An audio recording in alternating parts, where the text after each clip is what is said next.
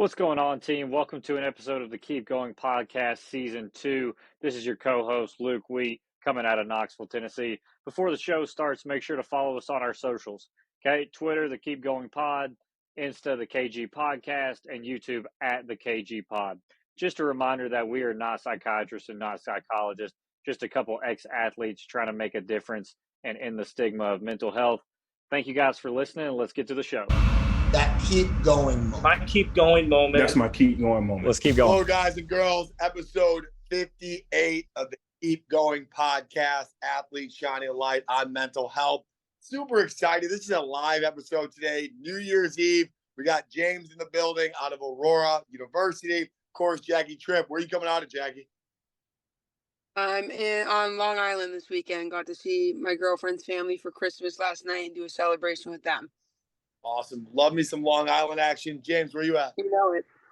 I'm out in Aurora, Illinois, about 45 minutes southwest of Chicago. Love it, man. Didn't want to misquote you. I figured you were in Aurora. Gotcha. Are you still going to school now, or what are you doing out there?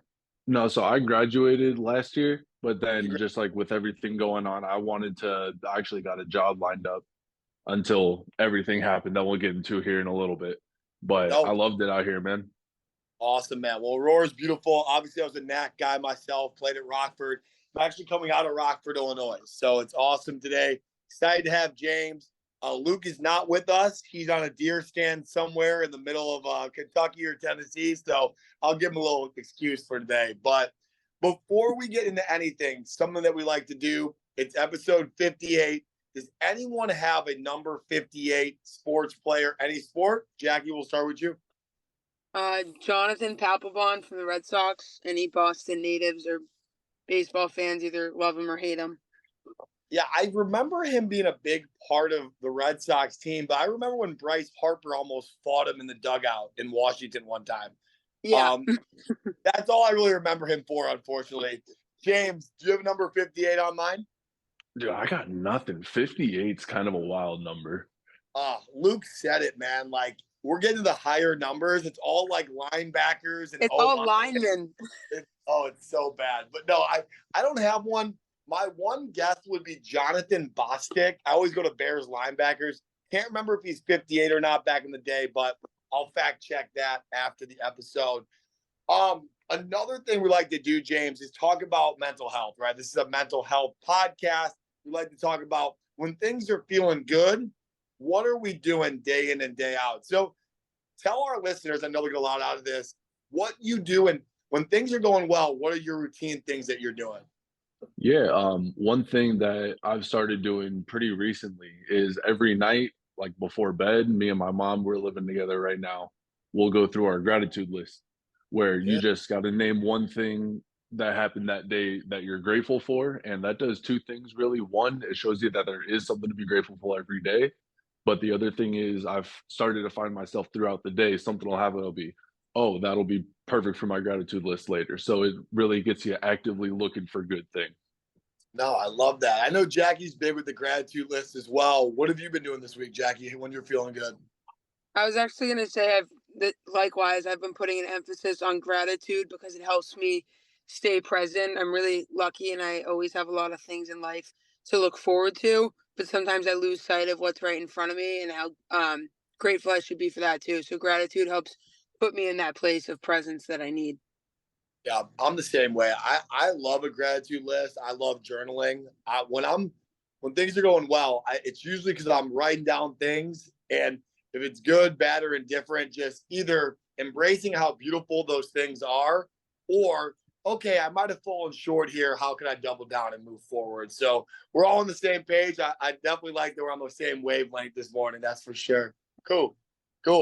Well, James, I want to go into it, man. Especially a fellow NAC guy. Like, I love the NAC. I love me some Aurora. Don't tell anybody I said that at Rockford or Benedictine. But I do. I like what you guys are about athletically, academics, all that good stuff. So tell me a little bit about your story. When did we pick up the volleyball? When did the sports craze kind of get started as a kid for you? Yeah, so I actually started playing volleyball so I have a younger sister. She's 3 years younger than me. And when we started playing, it was like elementary school. I forget the exact time. but the only league that we were able to join was a co-ed rec league. Like, didn't really matter, just kids from the city coming to go play. And she was nervous about going to tryouts, and so I just said, "All right, like sure, I'll go try out, like whatever." And I basically have gone to tryouts every year since. I think this past year was year 15 or 16 for me. I stopped keeping track, but I love volleyball. It's one of the greatest sports out there. Yeah, and while we're on the topic, and I'll kick it over to Jack. What made you fall in love with this game the way you have?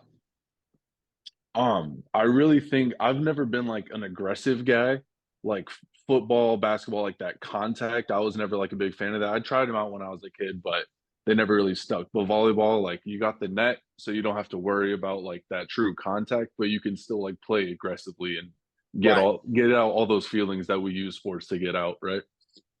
Love that. Jackie, what do you got? I agree. I think I'm a basketball player. There's a lot of commonalities between those two sports.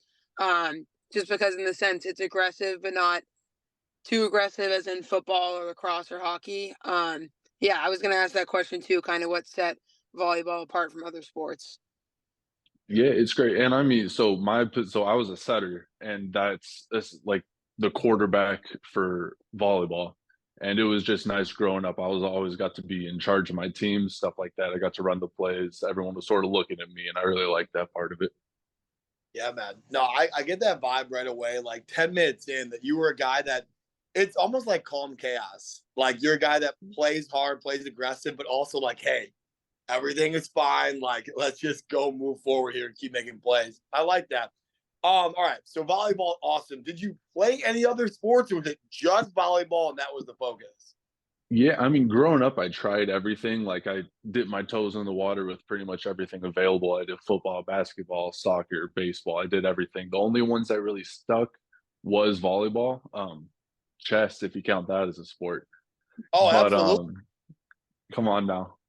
But I in high school, I did volleyball all 4 years. My first 3 years, I also did water polo, and then I tried out cheer my senior year just for something new to do. I like that, man. Yeah, I covered cheerleading in high school. I was a journalism guy, and I remember going to watch co-ed cheer, and I thought that was crazy. And I think a lot of respect for water polo. Trying to play that recreationally, oh my god! No I'm chance. also I'm short, so it's not like a good sport for me by any means. Jackie, what do you got? No, I'm just thinking about water polo because I've been trying to swim for like mobility and for my ankles and knees, and like just thinking about how hard the sport of swimming is, and no matter playing a sport in a pool just absolutely mind boggles me. Oh, Yeah, brutal. swimming is already tough. Imagine someone trying to drown you at the same time. Yeah, exactly. Yeah, Exactly. yeah. I think I'm good on that for this Sunday Yeah. morning. Go ahead and move on. All right, cool. So early life stuff. We're playing a lot of sports. We're starting to make relationships, friends, family members, all that good stuff. Talk about your recruiting process, because we've had a couple of volleyball players on, and they've all kind of had different ones. So walk me through how we ended up in the beautiful town city of Aurora. Yeah, so when I was growing up playing club, I was never really able to get into my position. There was another kid who was in my position. I just couldn't seem to get past him, so I thought I was kind of screwed for college recruiting just because California, huge volleyball out there. But because of that, like there's 6 out of the 12 D1 schools or something like that for volleyball are in California. There's Yeah. only 2 D3 schools out there. So if you're not 6'7", 6'8", you kind of got to go somewhere else. Right. Um, but some coach, like the coach from Aurora, was out. We had a big tournament in California. He was out there. I asked my coach if I could set for that one game. He said, "All right, I guess you could set for one of the sets." And apparently, it was enough that, like in film and everything like that. And I ended up out here. It was really nice because my first year in Aurora was the second year with the team. So I was able to sort of get in on that ground level, and it was only freshman and sophomore when I came. So I wasn't having to compete with a senior that's been there for 5 years already. So, Jackie, this is kind of common when you have a powerhouse state like this, and this is not a knock on James, but you don't have the universe God-given size, right? Like Right. volleyball, basketball, you have to make a move most times, either out east by you or the Midwest by me. So how did you end up at Aurora? what was the connection there, if you don't mind me asking? No, yeah. So there really wasn't a connection at all. It was what I just said with the like I wanted to start that team. Like that seemed like something fun for me to do. Like in 20 years, if it's a powerhouse team, I can look back and say, yeah, I was there when we started. So I got that going for me. And then Aurora also had a 5-year master's program that I was looking into. I ended up switching majors, so it didn't really matter too much, but that was how I found out about the school originally. Got it. Okay. So it was really more of a, hey, how can we build something? How can we have an academic focus? Jackie, what do you got? No, I like that you touched on the academics because me myself, I fell victim to when I was recruiting for basketball. I was like, oh, I like this school, good program, like good academics, but I didn't really dial in on what I wanted to do academically. And I think a lot of people struggle with that. So I like that you touched on that. And my question was how was the culture of that program when you had gone from a state of volleyball is huge, you're around it all the time, veteran coaches to a new college program in a different part of the country? Well, it's tough because my first year, the coach that was originally here, the coach that recruited me, unfortunately wasn't able to coach anymore due to some medical stuff. And so my first year, we actually couldn't find a coach in time, and the women's coach was our like interim head coach for that year. And so like that was just weird. It wasn't off to a great start to say the least. But that next year, the coach that came in now, his name's Dan Ames. He started the program at Dominican. He started the program at North Central, two of the arguably top 10 teams in the country for men's volleyball. And he came over and started the program at Aurora that second year. So we had that going for us. That was a big culture thing for us. There was zero culture. And then we had one of the most winningest coaches in volleyball come and start a program. Yeah, I like that. Stay there for a second. So, just as a college athlete, obviously Jackie was one, so was myself. A lot of our listeners are either college players, former or current, and then coaches as well. Talk about the adversity piece. You open a season without a coach. You come all this way from Cali. You have all the stuff going on as a student athlete. How did you get through some of that adversity yourself and as a team? So I'll be honest, it wasn't easy. It that whole season kind of like the competitor in me hates to say it, but that whole season didn't feel like it was worth it almost. Like obviously I love getting in the gym every day. I love playing, but the season like the coach was half in, half out. Like none of the guys like really were committed to like building a culture and stuff like that. So it really just felt like 20 guys getting in the gym and playing volleyball a couple of times a week. It didn't really feel like a college team going for a chip, if that makes sense. Yeah, for sure. And I guess like to kind of segue and parlay that, like you personally, when you got in the gym, it was obviously good for your mental health, good for you playing every day. Did you kind of branch off and do additional things away from the gym, or did you kind of do stuff in your own realm? What did you do there? I mean, volleyball is my main thing. Moving out, like you said, it's a 25-hour drive or whatever it is. Like I had a lot of stuff outside of volleyball, just socially, just trying to make some new friends, exploring this whole new world that I like threw myself into. So I had that go. Like I had a lot of stuff outside of volleyball, but honestly, the volleyball part of it helped with the outside of volleyball part of it. Yeah.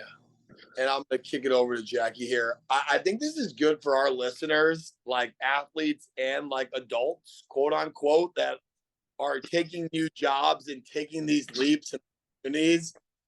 This is a guy right here that went from literally a mecca of volleyball to the Midwest. Like, it's like, if you know anything about athletics, this is a wild jump.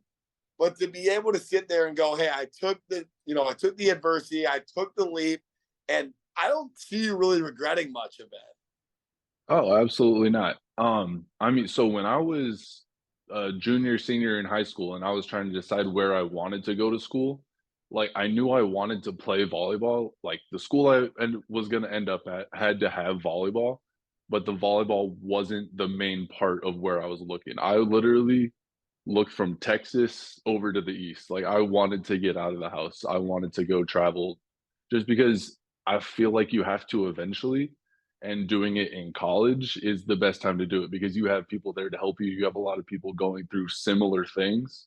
And I think that's just the best way to do it rather than waiting until after college to move out.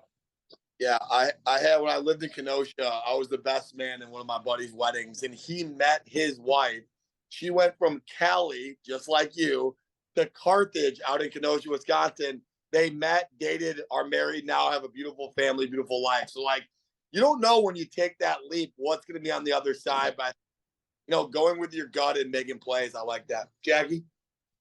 I just think this is a good example too. I think I find this in young athletes I know today that we everyone tries to plan and articulate what's going to happen and what it's going to look like and what it's going to feel like when we take these big risks. But I think that your story and you going out this far into a program that wasn't what you expected to be in the first few years is just a good example of like it's not all going to be sunshine and rainbows when you get there, but things sort of begin to work itself out. Yeah, I mean, nothing ever is, right? Like, Yeah. nothing worth doing is easy to do. Yeah. I think that's a good segue to kind of where we're at now. This is like 50 plus episodes in. We've never really had this kind of experience with a guest. So I'm going to let you kind of portray it the way you'd like to. But obviously, you are no longer playing the game of volleyball how you've always played it. You are still playing it. You will continue to kind of walk our audience, our listeners through what's gone on for you over the last year. Yeah, so it really hasn't even been that long. It was August 20th, so about 4 months ago now.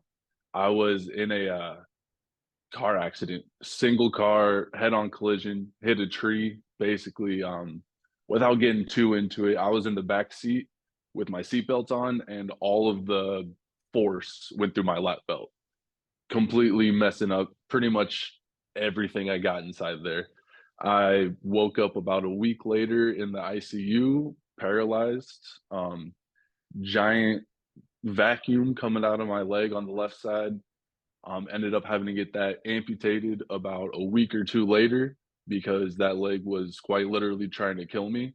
And from then on, for the last 4 months, I've just been trying to not get back to where I was because that's sort of an unrealistic goal, but get back to somewhere I can be happy. And I'm starting to really get into that part of it. The first month or two, I wasn't really doing anything, still just trying to heal. But lately I've started to get more into like strength training. I've started to get my hands back on a volleyball, which felt phenomenal. But I'm starting to look into playing volleyball from the floor level rather than standing, which is really exciting for me. Which I think is incredible, like how well spoken you are and how collected. And I know it's probably not like that every day, but from a listener's perspective, I've said this in a couple episodes. I catch myself listening right now to your story, and like I don't have much to say back to that. But what I do have to say is it's crazy to think about how this was 4 months ago, right? Mm-hmm. And you're already telling me I'm gonna do this, this, and this. And I think that's amazing, man. Jackie, what do you got? No, that's what I had too. And first off, I'm glad. Obviously, I'm sorry to hear about your injuries, but I'm glad you're okay now. You seem to be in a better spot than when the accident happened. But if you told me that story without telling the date and just the way you're articulating it and carrying yourself right now, like Pat just said, I wouldn't think it was only in August. So I'm just proud of you, giving props to you for trying to get back into things the way you are. So if we want to segue a little bit, I guess just tell us about basically what's helped you through this and how you've gotten to make the progress that you're at today. Yeah, I agree. I think it's powerful. Yeah. No, I really appreciate that. It's definitely not easy, but I owe a lot of I owe a lot of where I'm at mentally and physically, honestly, right now, 4 months post accident, to being a student athlete. And I've said that that's not just for the podcast, I promise. No, But no, the way you said it, I believe you. Yeah. the adversity that we were talking about before, like this is some major adversity that I've had to get through, and the skills that I've learned throughout my years of athletics have really come into play, like just for dealing with the bad days. Like I've lost a volleyball game 25-9 before, and that's pretty embarrassing. But I was able to deal with that then, and I was able to adopt those strategies to what I'm going through now. Obviously, what I'm going through now is a little bit different than anything else I've ever experienced. But at the end of the day, it's you're going to have good days, you're going to have bad days. Here are some cards, play the hand. Yeah, man. Yeah, I got the chills over here. That's incredible to me. Like I was just telling Jackie, like I just talked to you about the fact that you're having this mindset so early on, like Jackie said, I think is just incredible. I really don't have much besides that to say, but I do want to touch on what your next plans are. I know it sounds like, man, you're trying to put your chips in, next move, next move. So I Oh want to yeah. stay. You got the Instagram page started. Want you to talk a little bit about that and what you're looking to accomplish there. Yeah, so pretty recently I've started an Instagram account. It's called a Stump Set Spike, bump set spike, but for an amputee. I think it's pretty hilarious. I do. Um, but I wanted to do that for a couple of reasons. One of them is because the things I'm learning how to do right now, there are stages to it. So, for example, for me to be able to get down on the ground and get back up into my chair, onto the couch, whatever, that's hard to do without activating your legs. And that's just not something I would have thought of. But I want to be able to post where I'm at right now so that in a month I can post a video of where I am then and see that progress. So a part of it is for me. The other part of it is there isn't one specific way to do the things that I'm learning how to do. Everybody's body is different, everybody's injury is different. And so I want to be able to put out content of just this is how I do it so that hopefully someone else who is in a similar situation to me can see that and say, "Oh, I'm going to try that. That might work for me," because it's something that they hadn't thought of yet. Yeah, I'm already getting emotional about this because I just think that's so strong, man. I think that is so darn strong. Jackie, go ahead. I feel like we have the next Inky Johnson on our hands right now. I swear to God. I swear to Well, God. I just think it's cool too. Like we live in such a media driven world, and Pat and I touch on instant gratification a lot and how that comes with the overuse of social media. And it would be really easy for you right now to just be in a hole and go on your phone and scroll and see all the people that, might be in a better position health wise than you right now. But you're using this, and me and Pat always say when social media is used correctly, it can be such a good tool. And you're such a prime example of it right now because instead of feeling sorry for yourself, and again, I'm sure you have bad days, but I just am in awe of the fact that you're using this tool to go on and say, this is where I'm at. It's basically every day is just sort of an adapt and overcome situation. And this is how I'm doing it. And I think not only is that going to help people that might be in your position, but it's also going to help people like Pat and I who might need the reminder of, okay, if this is his situation and he can take it day by day, I can probably take my situation that I've been given, my deck of cards, and I can take that day by day and just continuously adapt and overcome. Yeah. Oh yeah, absolutely. I just want to say, like you were saying, like obviously some days are better than others. There are some days that I'll like get into bed and it'll sort of hit me again because, like I said, it's only been 4 months. I'm still pretty new to this, where I'll get into bed and I'll like remember, like, oh yeah, I'm in this position, and it sucks, when those days happen. It sucks, and I think a big part of getting over that is not accepting it. I don't think I'll ever 100% accept what's going on, but I think recognizing it and noticing it actively is a really big part of getting over any hardship. Like for me specifically, it's physical, it's a little bit more out there, but even smaller stuff like just making it a point of what is making things hard is the first step of finding a solution. Run that back. Say that one more time. Making it a point to point out the things that are giving you trouble is the first step in finding a solution. Boom. Love it. I love if this was Madden, the awareness would be at 1,000, dude. Like I absolutely love the self-awareness and the auditing and the not like oh, I did this wrong or this is against me today, but the never-ending growth. And this is not just over the last 4 months. This is something that you've lived by, and I love that. I really do. And I think that's the big thing, is that my physical situation is way different than anything I would have ever expected. If you would have asked me 5 months ago where I'd be in 5 months, this is not the first thing that would come to mind. But at the end of the day, I'm incredibly lucky that the only damage to my head was a concussion and a couple broken sinus bones. But Yeah. I still have that same drive. I still have that same motivation that I had before. And circling back to what we were saying before, it's from athletics. Like when I was in athletics before, I said, all right, I want to hit a 315 squat. So I'm going to work for the next 4 or 5 weeks to hit a 315 squat. I still have that same like path mindset of, all right, I want to be able to get up and down from the ground. It's a little bit different level of an accomplishment, but I still have that same mindset that I had before. It just looks a little bit different now. I almost feel like you can unlock things mentally, physically, spiritually, emotionally that you would have never done without the accident. Like truthfully, like I think you really have an opportunity here to reinvent yourself. And I don't know. And I believe things happen for a reason, blah, blah, blah. That's a huge other conversation. But I think you could really impact not only yourself, but thousands of other people, man. That's amazing. Jackie?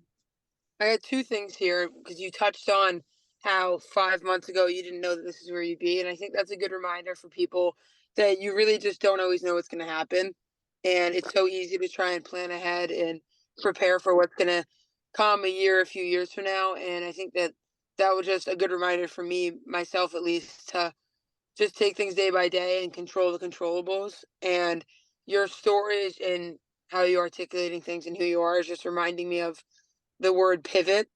I have like throughout the year, I have words that will come to my head like in situations, and recently I've been using the word pivot if something goes wrong or if there's something I need to change.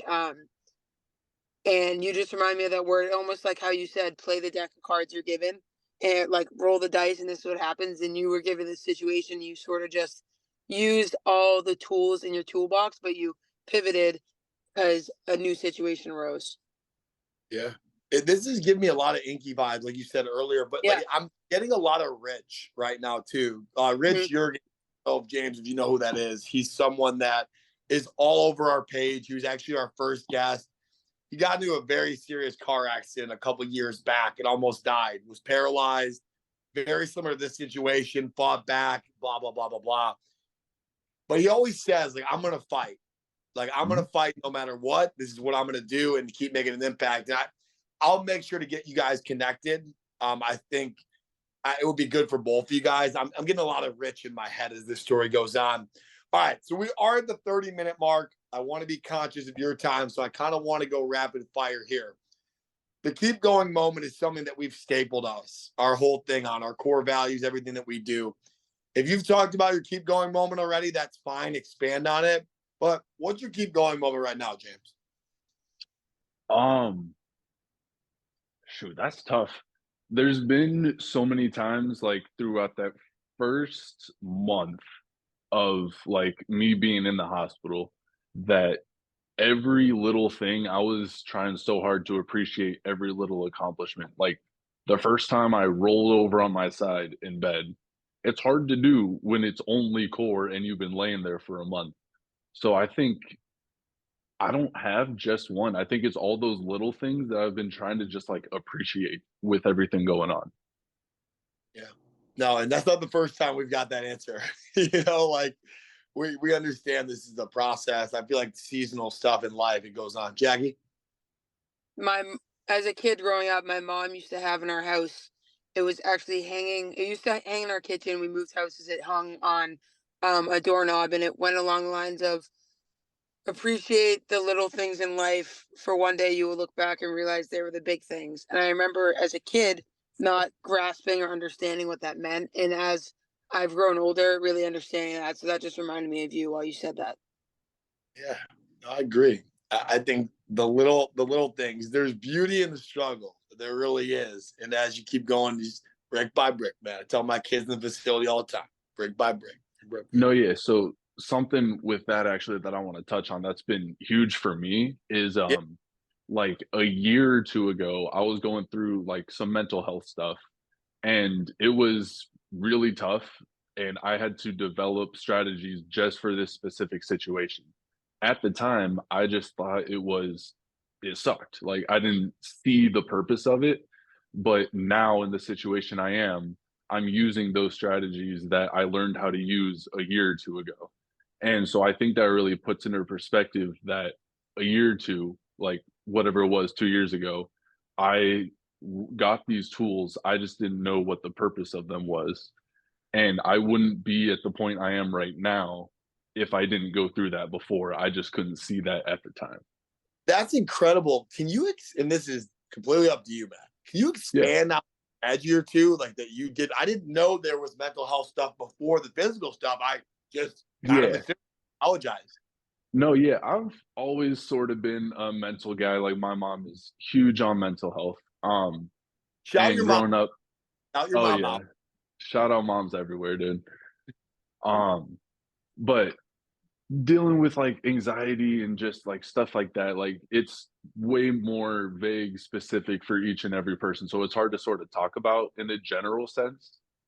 But I think dealing with certain things like mental health and just how to get past this thing that I'm dealing with, I need to get past it. No one else can really help me. That there's good and bad to that because A, you need help from your family, friends, and all that. You can't just shut everyone out. But at the end of the day, it's your fight. Like you're the one who has to fix it. You can use the help. There's nothing wrong with that. Absolutely not. But I think getting that mental fortitude from all the little things will bank up and in my case has been really helpful for the big thing that came up. Yeah. Well, it's something, the quote is something along the lines of like, you can build an army of your people, right? You can get the armor, you can go out there, but at the end of the day, it's your fight, right? You have everybody in your corner, you're ready to rock, but it's you against you. And I think that's powerful for our listeners. Jackie? Yeah, it's like it's sort of how I picture it too. Is I have a lot of support in my life and tools, and I'm very educated again on mental health. But the biggest thing for me is what I used to struggle with is I'd have all these tools and I'd read these books and all that. But if you're not taking action and utilizing those tools in your life, then again, you're not going to make progress. It's like you can be given your everyone can give you a car, but if you don't put gas in the car and drive it yourself, you're not going to get anywhere. Yes, exactly. Huge. Sharpening arrows without ever shooting them. I know I'm sticking on the war references apparently, but like that's it. That's it right now. Oh, that's awesome. This is one of those conversations where like I'm gonna continue this in person with James. Like I feel like having the connection with Liz, being in the area, like I'm not done with you, James. Like this is not just a 30-minute podcast today, especially being in the area. I do want to rapid fire a couple things. I ask this question to our guests all the time. If you had to talk to your younger self, what would you say right now to younger James? I think I would tell him how little people, how few people I specifically remember that looked funny on a random Thursday on this day, that my one teammate 4 years ago that had a bad practice. And I think it's really easy to think to put yourself in the center of the universe and no one else is worried about you. Like at the end of the day, they're as worried about themselves as you are of you. So still like keep that worry because that's what drives excellence is being worried about failing. But I think comparing yourself to other people is the worst way to get better at whatever you're trying to do. James, how old are you? 23. You're just a big things, man. I appreciate that. I think I'm in a position to motivate a lot of people, and that's kind of I'm a education major. I was going to be a teacher. If for those who don't know, I actually so right out of college, I was lucky enough to get a job teaching. I was a high school math teacher. First day of school was Thursday. Second day was Friday. My accident was Saturday. So the timing on that was kind of unfortunate. But at the end of the day, like I want to be in a position to inspire people, and I was gonna do that regardless. And the position that I'm in now just sets me up to do it a little bit easier. Yeah. Yeah. Wow. Yeah, go ahead, Jackie. Yeah, come off of mute. I got nothing. No, that's just I had no idea about that about teaching. So because I had thought to myself a few times this guy would be a really good teacher, coach, etc. So I'm hoping and assuming that you do plan on returning to teaching when the time comes. Yeah, I actually recently I had a meeting with my principal over at the school. I was thinking about coming back, like even like in January, like the second semester, like part time. But I've decided that I gotta like focus on getting as better as I can before diving into that world. But I am looking forward to it. I can't wait. Good, awesome. We need teachers like you, so I'm glad to hear that. And Heck, then you also mentioned coaching. I've never coached like officially before, but like so girls volleyball, for those who don't know, starts about a month before school starts with like camps and stuff like that. The first game is usually like the first or second week of school. And so I was able to work with the girls volleyball team over at the school. And so I had about a month of experience with that, and I loved every minute of it. I'm hoping I can go back to it. It's going to look a little bit different, not being able to lead by example, but I am excited to get back out there, get back in the world. you know what? I would argue that you're leading by example more now than you ever were as a player. I appreciate that.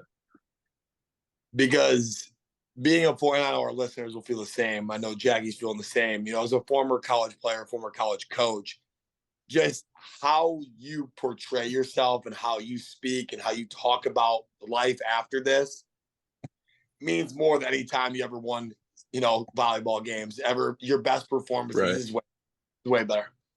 Yeah. Amazing. All right. Last thing, and I mentioned this in the last couple episodes, trying to do a better job of this. Jackie as well, Luke as well. We always want to help our guests because we know when guests come on, we are a nonprofit, right? We didn't send you $1,000, James. I'm sorry Right. that we. How can we help you, Matt? Like, how can we help you in any way of the word, especially being in the area? Um, I think just it might sound corny, but I think just believing in it, like there's a lot of people that will come up to me and say like, "Oh, like I'm so sorry this is happening." And for someone else, that might be a great way to deal with it.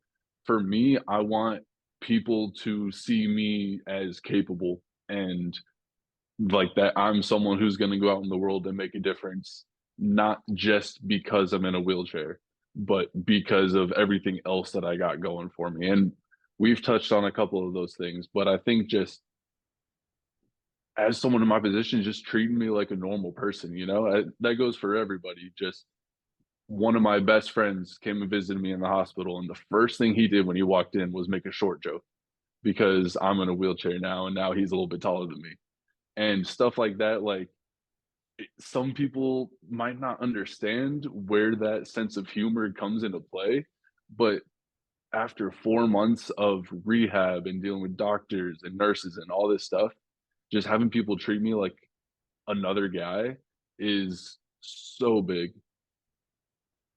Yeah. You're not the victim in this. Absolutely not. You're gonna rise through it, and I know you know that already. I It's crazy because going into this conversation, you don't know where this is gonna go, right? Right. The fact that you just have rose above this and you're doing this in your daily life is just so admirable, honestly. Jackie, wrap us up, bro. Like you touched on with people looking at you beyond that. I think it comes back to like everything you said when you touched on nobody remembers your bad practice 4 years ago. Like my sister and I talk about that a lot. No one remembers when I airballed a shot in 7th grade. Like I might, but no one else does. And when you give people the chance to know you and know your story, they're going to look at you far beyond that. I mean, Pat and I have had the pleasure of talking to you for a half hour. And the first thing I think of when I think of you is not going to be a wheelchair. It's going to be how much you inspired me today. And that's what our listeners are going to get out of it too. So just if I can leave you with anything, it's just to keep, this, but keep carrying yourself the way you are with this humility and the way you're able to articulate your story, because you're going to impact a lot of lives by just being who you are. I really appreciate that. And hearing it, like I can tell myself that every day, every minute, no matter what, but hearing it from other people, like it tells me I'm doing something right. And so I really appreciate that. Yeah, man. I think you're a bad motherfucker, dude. I'm gonna be real. Like I'm like, dude, I will text you every day if you need me to. yeah, I try. You are a bad man. You are a bad man. And I don't like swearing on this podcast. It is kid friendly, but like there's situations where it's like, dude, you are a bad man. And I love that. And I love your drive. I love you are speaking for other people today. Yeah. And I think that's the big thing is that I'm in a position where like I don't know everybody else's story. I don't know everyone else's injury. Like let them talk about that, but I do understand the place that a lot of people are at mentally in my situation. And I'm lucky enough to say like I can talk about it. I can articulate my words as I mess up the word articulate. But I understand what's going on and being able to share that and not only see y'all's point of view on what's going on with me, but just hearing about other advice like from you guys has been really nice. And all these other people that I'm talking to, just like everybody's injury is different, everybody's story is different, everybody's point of view is different, and they're going to have different things to offer. So talking about this has been really helpful for me. I'm not someone who clams up and shies away from talking about the hard things because I think the only way to get past them is by hearing what other people have dealt with. Yeah, I agree. And I can think of countless episodes. I'm going to get us out of here, but I can think of countless episodes that we've had. Jackie's included. Jackie wasn't always a host with us. She was a guest like early on when we started this. Her career ended abruptly due to an injury. My brother was a guy that was a high level guy in this area as a pitcher. Elbow goes, it's over. Everything's done. Everything you've always done. You either can sit there and be the victim or you can rise and adapt. And I know which one that you're picking. So it's powerful, man. James, it is New Year's Eve, man. We could not appreciate you more. If we can ever help, we will collab on social media. We'll definitely get in touch in person here, hopefully after the holidays. I'd love to get together with you, kind of pick your brain on a couple of things. But above all else, guys, keep going. Have a safe New Year's Eve. And this is awesome today. Appreciate it, guys. Thank you, James. Happy New Year's, everyone. Yeah, I Later, appreciate y'all having me. Have a good one. Always.